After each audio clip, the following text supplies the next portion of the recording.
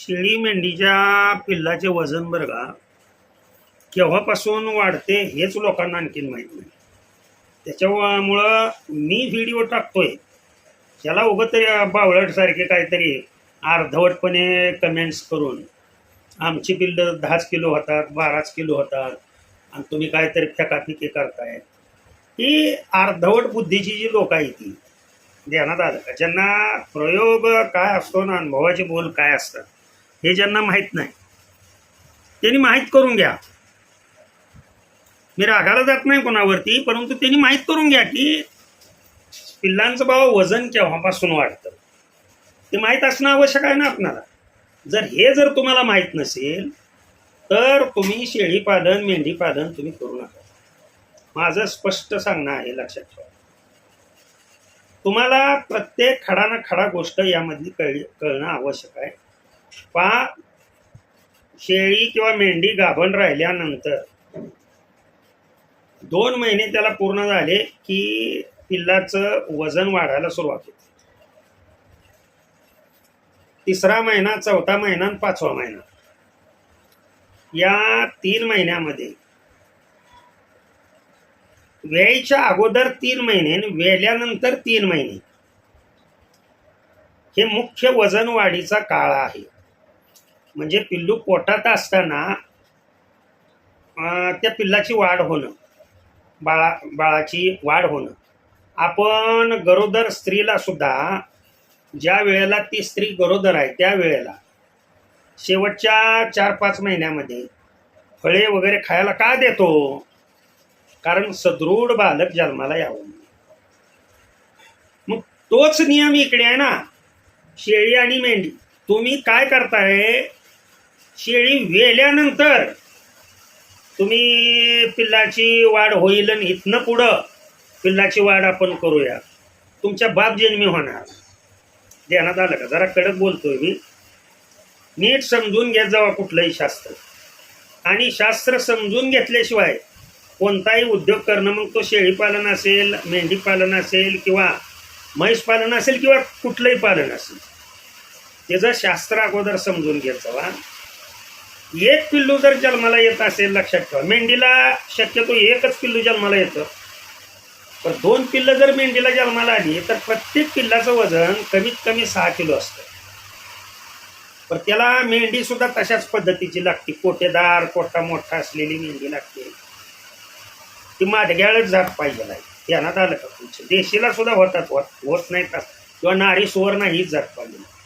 नारी सुवर्णाची मेंढी बघा कशी असते, तुमच्या या मेंढीच्या दुप्पट मेंढी असते, ती आडवी असते, लक्षात ठेवा. आणि तिच्या गर्भाशयामध्ये 2-2 पिल्लं अगदी धरून चाला. जन्मता वजन 2 पिल्लं असतील तर 5 किलो यायलाच पाहिजे जन्मता वजन. आणि एकच पिल्लू असेल, लक्षात ठेवा, माझी इथले अनुभवाचे बोल मी सांगतो, एकच जर मेंढीच्या पोटात पिल्लू असेल तर त्याचं कमीत कमी वजन 7 किलो यायला पाहिजे. त्यासाठी शेवटचे 3 महिने त्या मेंढीला खुराक ठेवायला पाहिजे, वाढीव खुराक ठेवायला पाहिजे, त्याला मिनरल मिक्सचरची पावडर दिली पाहिजे. म्हणजे शेवटच्या 3 महिन्यामध्ये शेळीची किंवा मेंढीची गाभण अवस्थेत काळजी कशी घ्यायची याचा व्हिडिओ तुम्ही न पाहताच उगा कमेंट्स करताय उगा येण्यासारख्या. उपयोग आहे का या गोष्टीचा? म्हणून तर मी कमेंट्स सर्व ऑफ केलेले की अर्धवट बुद्धिवाल्यांना त्याचं ज्ञान नसतं, काय नाही, आणि उगा येण्यासारखं कमेंट्स. मला काही तुम्ही कमेंट्स केले तर मला काय फरक पडत नाही, कारण ज्ञान देणाऱ्या माणसाला कोण काय म्हणतंय ह्याच्यावरती त्याचं ज्ञान अवलंबून आहे. येते का लक्षात? त्याच्यामुळं हे अगोदरचे 3 महिने हे जर पिल्लू जन्माला येताना जर 8 किलोचं मेंढीचं किंवा 7 किलोचं मेंढीचं पिल्लू जर जन्माला आलं तर लक्षात ठेवा, शेळीच्या बाबतीमध्ये जातीवरती व्हेरिएशन आहे, म्हणजे बदल घडू शकतो. आपली देशी शेळी जी आहे, उस्मानाबादी शेळी जरी घेतली तर तुम्ही चांगलं जर व्यवस्थितरित्या दूध वगैरे जर पाजत असाल आणि पिल्लू जर आजारी नाही पडलं तर कमीत कमी मी सांगतोय त्या गोष्टी लक्षात ठेवा, कमीत कमी त्याचं वजन 180 ते 200 ग्रॅम दररोज वाढलं पाहिजे. अगदी कमीत कमी सांगतो. मात्र हेच वजन वाढीचा वेग. तुम्ही मला सांगा, जन्मता वजन जर जास्त असेल, त्याचं जन्मता वजन जास्त आहे म्हणजे सेल्सची संख्या जास्त आहे, लक्षात ठेवा. वजन जर जास्त असेल तर सेलची संख्या त्याच्यामध्ये जास्त येते. सेलची संख्या, ह्या सोमॅटिक सेल आहेत, आपल्या ज्या बॉडीच्या सेल आहेत याला सोमॅटिक सेल म्हणतात, लक्षात ठेवा. मग या सेलची संख्या जर जास्त असेल तर या सेल काय होतात, वाढ होते म्हणजे निश्चित काय होतं, पिल्लांची वाढ होते म्हणजे निश्चित काय होतं, तर या सेलचं जे आहे ते डिव्हिजन होतं, लक्षात ठेवा. मग समजा आता तुम्हाला एक उदाहरण म्हणून मी सांगतोय, समजा जन्मताच असं समजून चालूया की त्या पिल्लाकडे 10 सेल आहेत जन्मताच आणि वजन आहे त्याचं 3 किलो. मी एक उदाहरण म्हणून तुम्हाला देतो. मग 10 सेल असणार 3 किलो वजनाचं पिल्लू जन्मानंतर जास्त वाढत का त्याच पिल्लाचं जन्मता वजन जर 6 किलो असेल, नीट लक्ष द्या, 6 किलो आहे म्हणजे त्या 6 किलो मध्ये सेलची संख्या दुप्पट झाली ना, म्हणजे 10च्या ऐवजी 20 सेल झाल्या, बरोबर का.